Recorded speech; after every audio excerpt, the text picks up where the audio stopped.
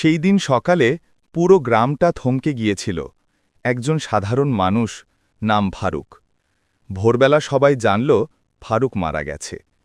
কিন্তু কেউ বিশ্বাস করতে পারল না, কারণ যখন লাশটা দেখা গেল তার মুখে একটা হাসি ছিল, শান্ত, প্রশান্ত, যেন ঘুমিয়ে আছে। ফারুক ছিল একটু রুক্ষ মানুষ, জীবনে অনেক ভুল করেছে, নামাজ পড়ত না, মাঝে মাঝে মদ খেত।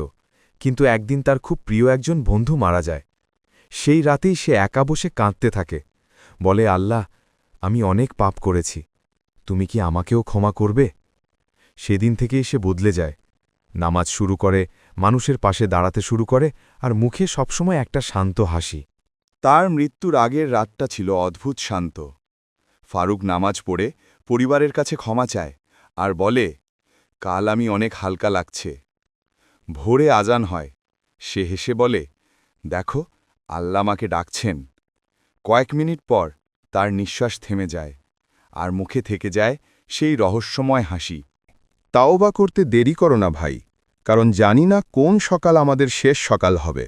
এই ছিল একটি লাশের হাসি, একটা গল্প যা শেখায় আল্লাহর দরজা কখনো বন্ধ হয় না।